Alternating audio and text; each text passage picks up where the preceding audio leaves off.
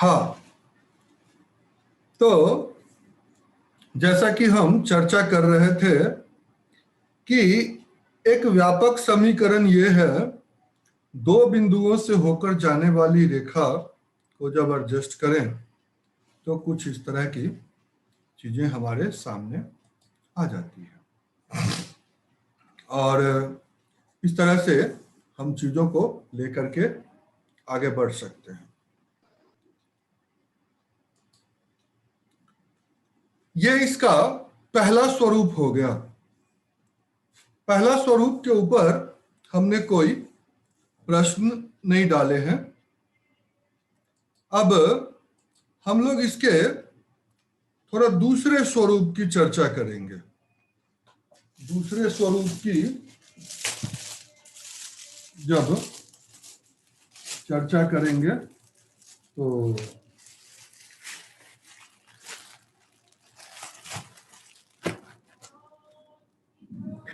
हाँ,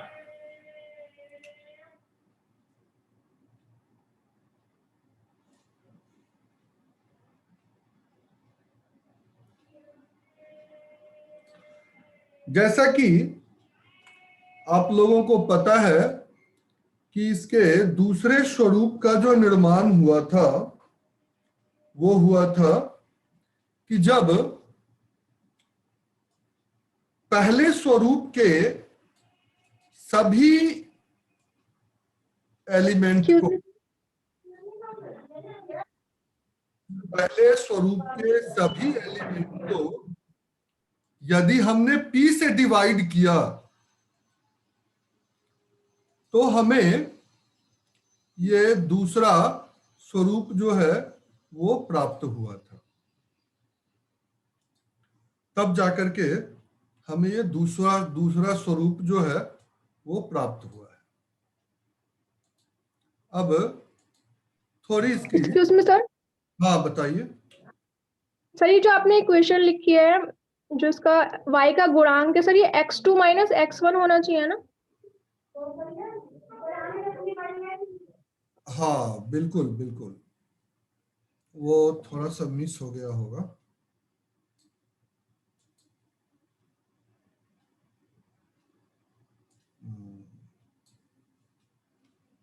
इसको मैं अभी ठीक किए देता हूं।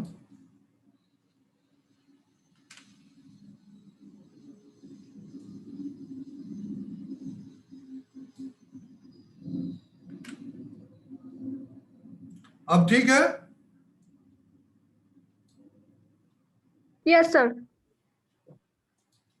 बढ़िया बढ़िया किया, आप लोगों ने थोड़ी सुधार करवा दी। आगे बढ़ते हैं। तो जब हम पहले जो सामान्य समीकरण थे उस समीकरण को अगर हम p से डिवाइड किए तो हमारे पास क्या प्राप्त होता है, यह आपके सामने कुछ ऐसे रख सकते हैं।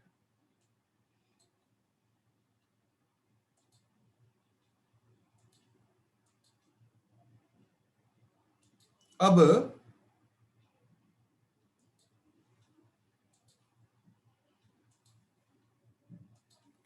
ऐसा कुछ आ जाएगा हमारे सामने, y equal to Q by P X plus lambda by P. ये हमारे पास निकल के आएगा। अगर q बाई पी क्या है, इस विषय पर थोड़ा सा अगर हम विचार करें तो हम देखेंगे कि हमारे सामान्य गणित में क्या हम कहते हैं, इस विषय को सोचते हैं तो आपके सामने ये एक स्वरूप समझ में आएगा।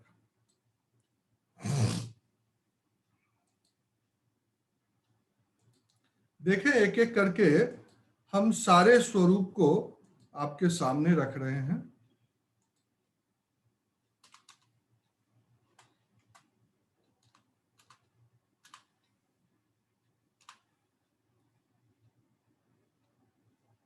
ये हो गया।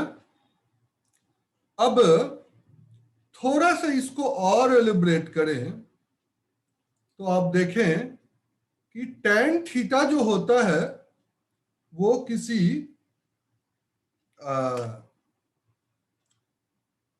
रेखा की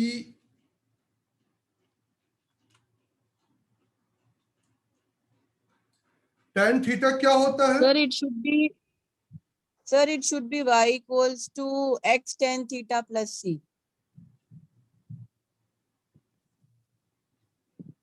एक मिनट, Sir, हाँ x बिल्कुल, आएगा ना y equals to x tan theta plus c. हाँ हाँ बिल्कुल बिल्कुल बिल्कुल, यहाँ पर मैं x डाल ही देता हूं।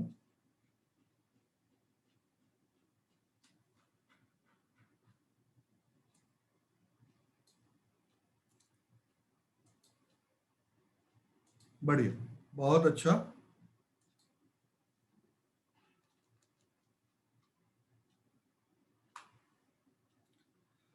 तो आपका tan थीटा जो है वो m हो गया, यानी अंग्रेजी में इस m को अगर कहें तो ये एक स्लोप होता है। इसका हिंदी मतलब आप लोगों को पता है क्या?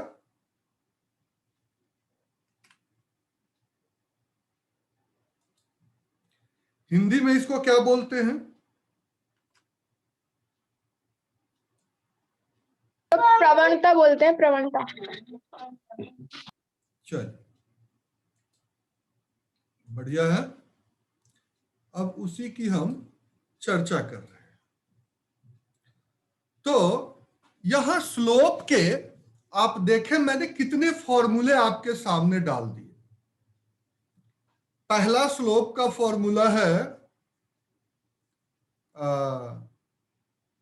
Q बाई पी, दूसरा है tan थीटा, तीसरा है sec थीटा।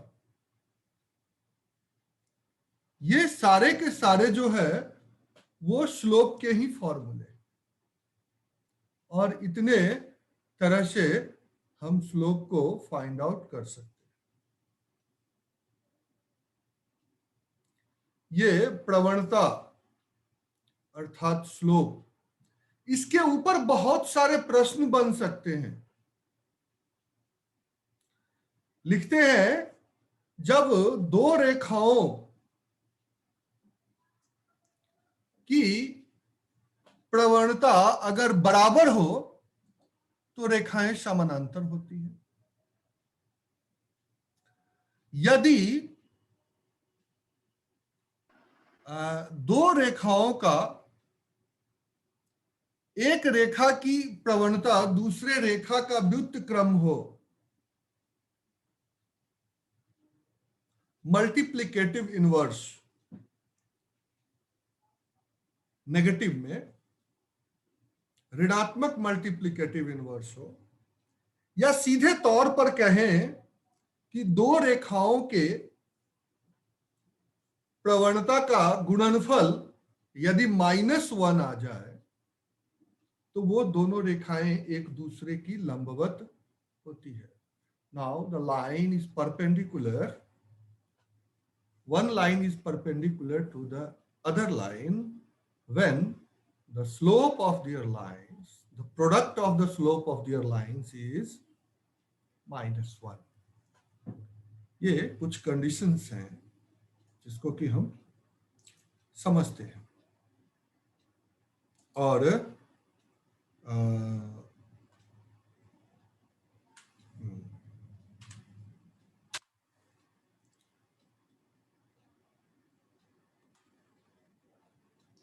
सेकंड स्वरूप जो है यहां हम देख रहे हैं, खैर इसको लिखने की भी जरूरत नहीं, हटाइए। तो इस तरह से हम चीजों को आगे बढ़ाए हैं इस प्रबंध। यहां पर आप ध्यान दें, एक लाइन है PQ जो y अक्ष पर किसी बिंदु को काट रहा है, तो क्या परिस्थितियां उत्पन्न होगी वो देखें।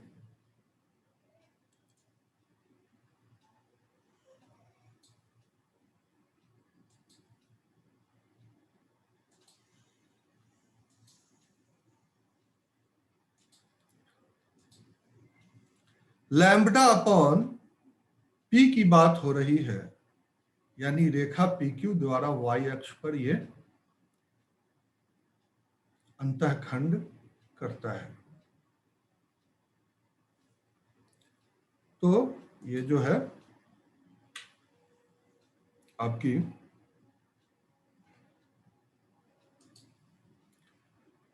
अब यहां दो परिस्थितियां हैं, स्पेशल कंडीशंस यहां दो होते हैं।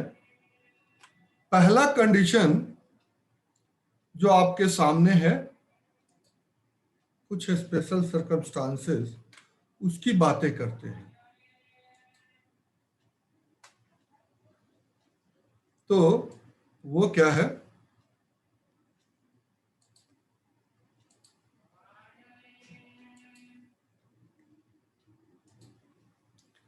कि यदि P इक्वल टू 0 हो तो आप देखें 0 equal to QX plus lambda हो जाएगा, तो X equal to minus lambda upon Q हो जाएगा। तो ये इस तरह के X अक्ष के समानांतर रेखा का ये समीकरण बन जाता है। ठीक है। अब X अक्ष के समानांतर रेखा का समीकरण, तो इसको हम किस प्रकार टेबल में प्रेजेंट कर सकते हैं, इस बात को देखिए। X अक्ष के समानांतर रेखा का समीकरण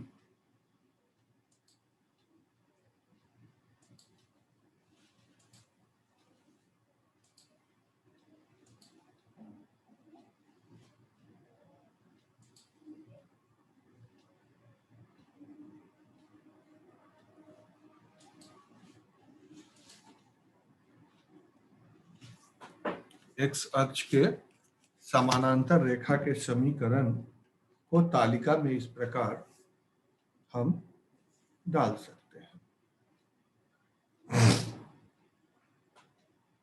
ये जो है,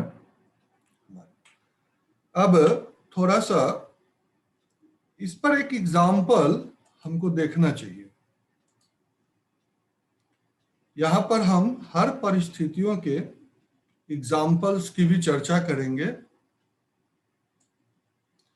कैसे प्रश्न हमारे पास आ सकते हैं। ये बहुत जरूरी है, क्योंकि अभी हम आपको, मेरे पास समय की मर्यादा नहीं है कि हमें अपने विषय को 1 घंटे में ही फिनिश करना है। तो थोड़ा सा इस विषय पर हम विचार कर सकते हैं कि चीजों को उस सरल रेखा PQ का समीकरण ज्ञात कीजिए जिसके द्वारा y अक्ष पर काटा गया अंतःखंड +5 हो और जो पॉजिटिव x एक्सिस पर 60 डिग्री का झुकाव हो। यानी सीधी सी बात है कि जो यहां पर स्लोप है वो आपको उसका एक थोड़ा सा वो दे दिया गया है। इसके आप सॉल्यूशन को चेक कर सकते हैं, क्या क्या दिया गया है ये आपके सामने है।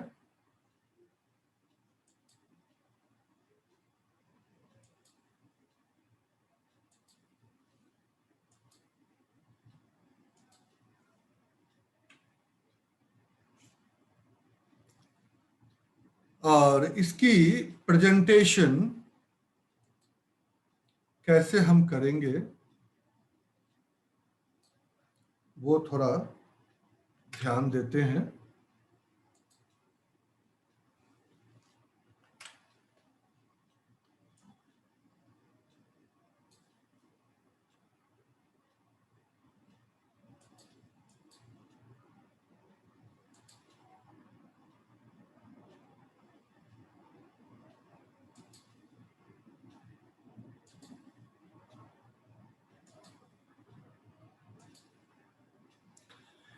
इसकी चर्चा जो है, इस तरह की रेखा आपके सामने बन के तैयार हुई और उसकी प्रेजेंटेशन कुछ ऐसी है।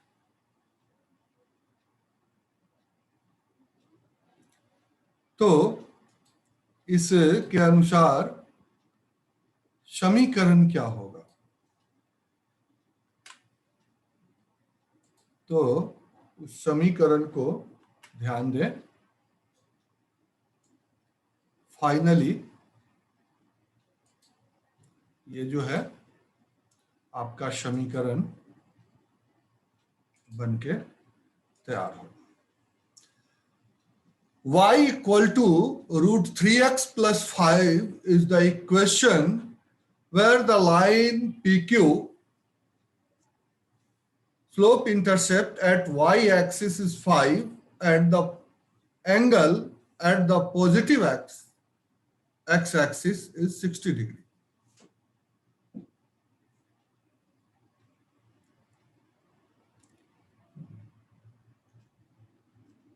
ठीक है। इसकी विशेष परिस्थिति कुछ ऐसी थी। इसकी एक और स्पेशल कंडीशंस है जिसके विषय में हम चर्चा करेंगे। उससे पहले थोड़ा सा एक एग्जाम्पल के ऊपर और हम चर्चा करते हैं।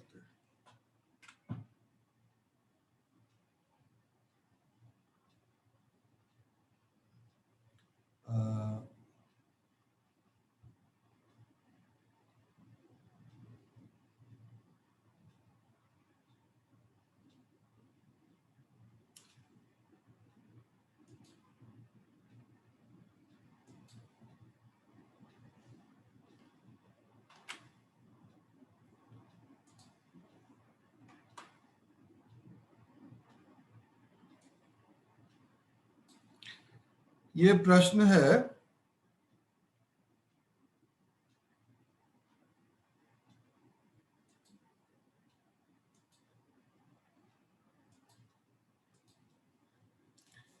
उस सरल रेखा AB का समीकरण ज्ञात कीजिए जिसके द्वारा y अक्ष से 7 इकाई पर स्थित है तथा y अक्ष के समानांतर भी है।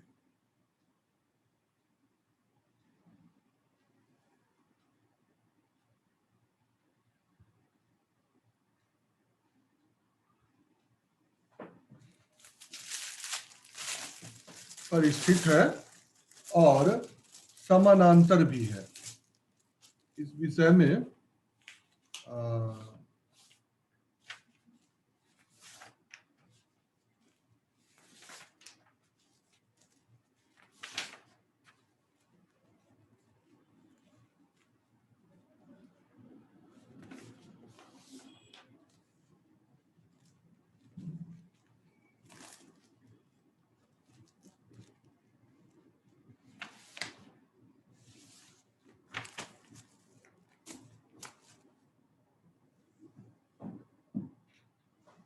y अक्ष से 7 इकाई पर स्थित और y अक्ष के समानांतर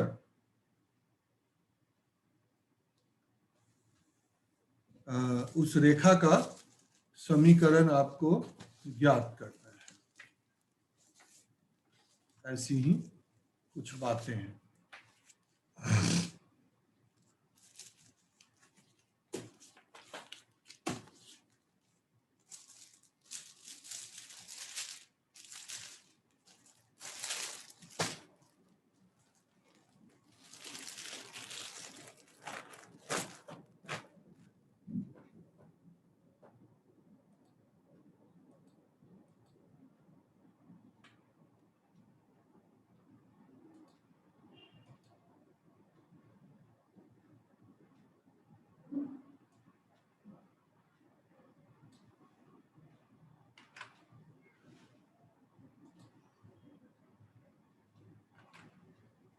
इसके लिए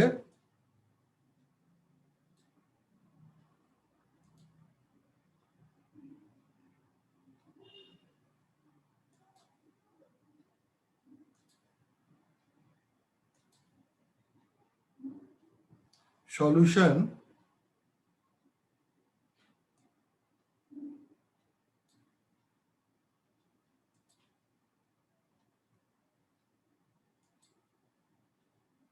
कुछ ऐसा हम लिख सकते हैं।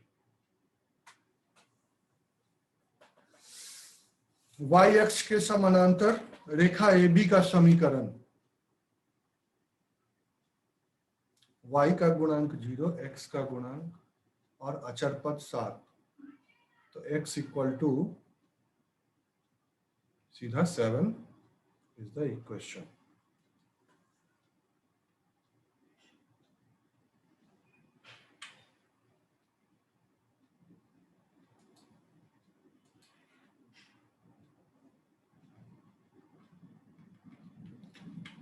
तो ये दूसरा स्वरूप की सर एक बार क्वेश्चन और दिखा दीजिए प्लीज। एक एक एक अभी चर्चा कर।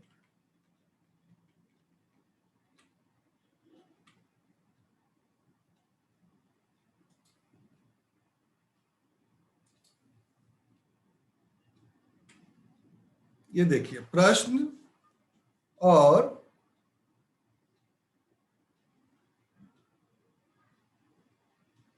यह प्रश्न है जिसके द्वारा y अक्ष से 7 इकाई पर स्थित है, y अक्ष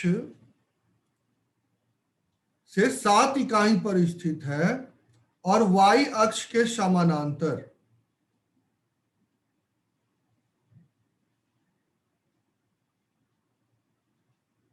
उस रेखा AB का समीकरण ज्ञात।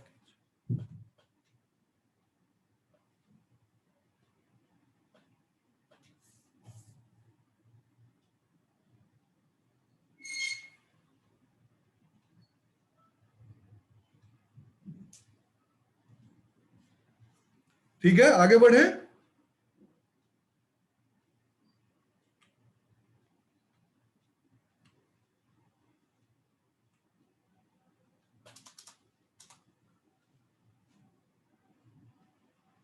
सर थोड़ी सी कंफ्यूजन है इसमें।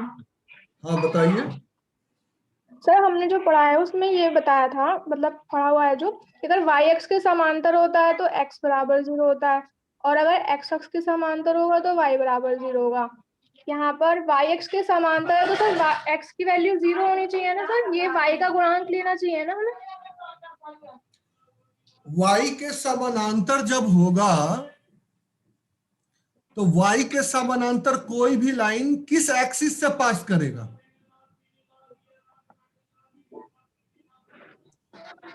आप खुद सोचे, y के समानांतर होगा तो y को तो कट करेगा नहीं वो। ध्यान दीजिए, इस बात को समझिए कि y एक्सिस के समानांतर कोई भी रेखा होगी तो वो y एक्सिस को तो कट नहीं कर सकती ना। वो किसको कट करेगी? x एक्सिस को कट करेगी। कहां पर कट करेगी? तो जितनी इकाई का डिस्टेंस है उतनी इकाई पर वो करेगी। आप प्रश्न को ध्यान से पढ़ें और आंसर आपको उसी अनुसार से प्राप्त हो।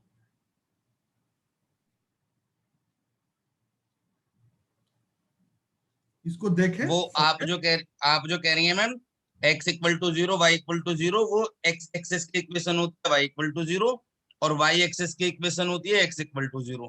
पैरेलल लाइन वाली नहीं होती है। देखिए ओके सर। थोड़ा सा देखिए निर्देशांक में और समीकरण में थोड़ा सा हम लोगों को फर्क आना चाहिए। कोई निर्देशांक अगर x एक्सिस पर होता है तब y इक्वल टू 0 होता है। यहां भी तो y इक्वल टू 0 है, आप ध्यान से देखेंगे। जो वो पॉइंट ऑफ इंटरसेक्शन होगा वो 7 0 होगा। लेकिन हमें पॉइंट ऑफ इंटरसेक्शन नहीं निकालना है, प्रतिच्छेद बिंदु नहीं निकालना है, हमें तो रेखा का समीकरण निकालना। तो उस रेखा के समीकरण की ही हमें बात करनी, ठीक है। चलिए, अब ये हमारा दूसरा स्वरूप जो है कंप्लीट हुआ।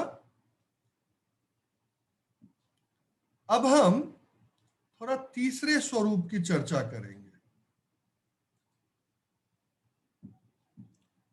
तीसरे स्वरूप की चर्चा करेंगे आपके सामने।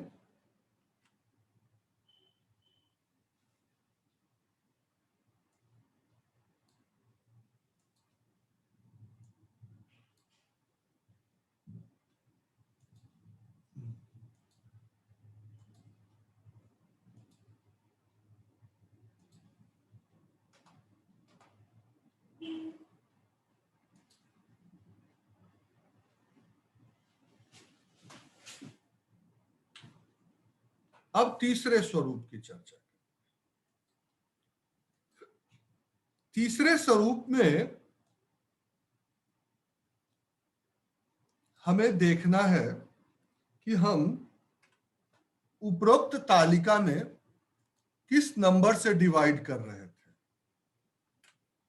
कौन से एलिमेंट से हमने डिवाइड किया था। ये बहुत ही इंपॉर्टेंट है, काफी चीजें यहां आपको क्लियर हो जाएंगी। यहां जो रेखा का समीकरण आपके सामने है,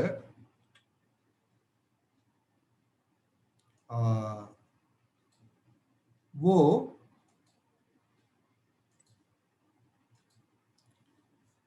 Q is not equal to 0। अगर 0 नहीं है तो हर पद को Q से भाग देने पर तो आपके पास ये समीकरण का रूप आता है, जो इस तरह से व्यक्त किया जा सकता है। P by Q Y 1 lambda by Q.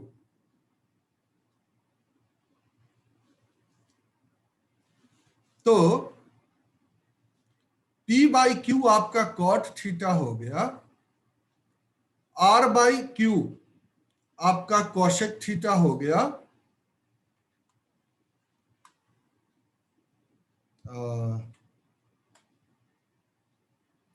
और OP जो यहां ये है वो माइनस लैम्बडा बाई क्यू हो गया। ये OP द्वारा x अक्ष से काटा गया अंतःखंड है।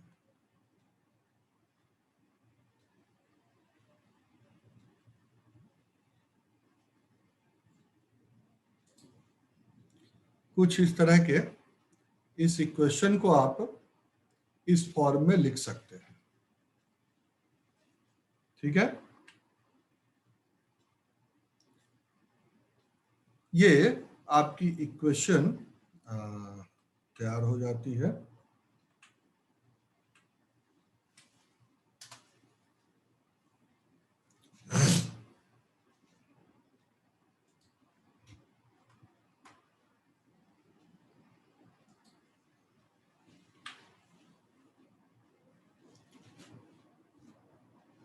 अब थोड़ा सा इसको हम आगे विचार करते हैं।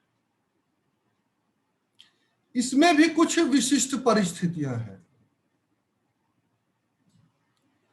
इसकी विशिष्ट परिस्थिति कहती है कि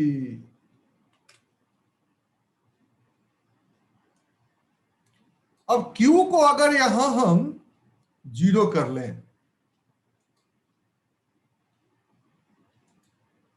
तो क्या होता है, देखें। Q को अगर हम 0 कर लेते हैं तो Py इक्वल टू लैम्बडा हो जाता है।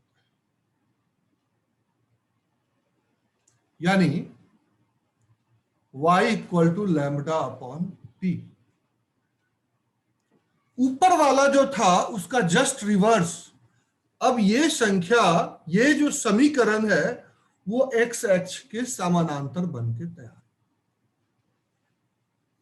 तो x अक्ष के समानांतर जो रेखा बनेगी वो x अक्ष को कहीं नहीं काटेगी। आपके प्रश्न का अब उत्तर मिल गया होगा। किसने प्रश्न किया था? दीपा ने। जी सर। हाँ, अब आपके प्रश्न का उत्तर यहां मिल गया होगा। हाँ जी सर, समझ में आ गया, थैंक यू सर। तो इस तरह से हम चीजों को रख रहे हैं। अब इसी को थोड़ा सा हम टेबल में देख लेते हैं। हमने हर चीज को, हर व्यवस्था को टेबुलर फॉर्म दिया है ताकि आपको हर एक चीज की बारीकी समझ में आ जाए।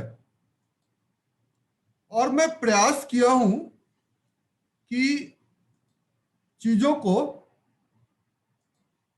ज्यादा से ज्यादा स्पष्ट ढंग से रखा जाए। इस तरह से हम चीजों को रख सकते हैं सारणी में। अब यहां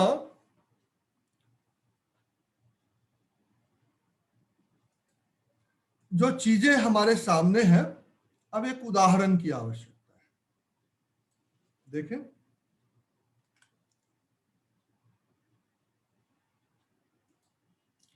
इस पर प्रश्न क्या हो सकते हैं?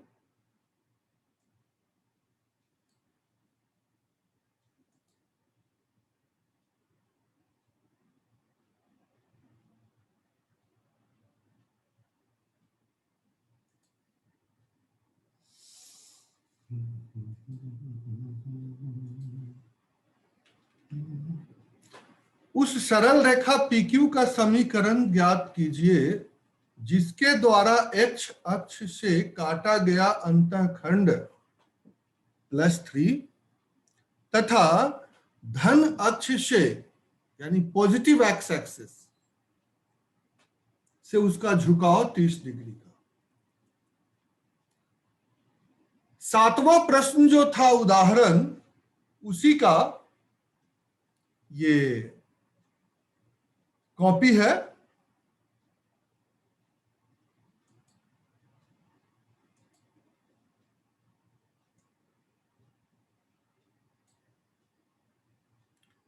रेखा के समीकरण और उसके प्रस्तुतिकरण, इन सब विषयों पर जो है सो एक एक करके स्टेप बाय स्टेप हम चर्चा करेंगे।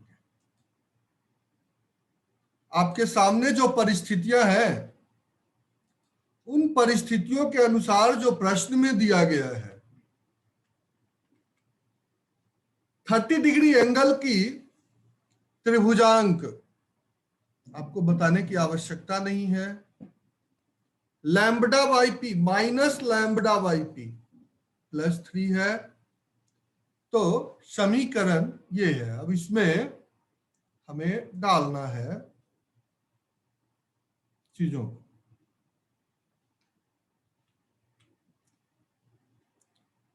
इसको अगर हम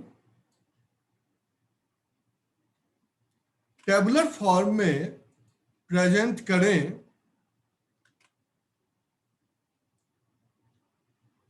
आप ध्यान देंगे हमने 4 टर्म नहीं छोड़े हैं।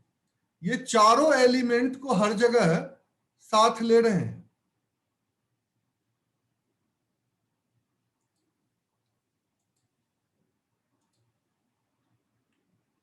ताकि यह स्पष्ट होता रहे।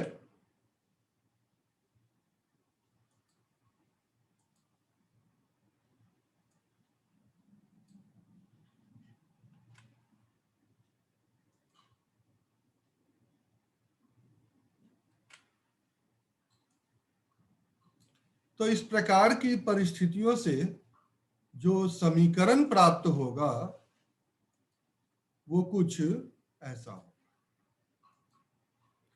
√3y = x - 3।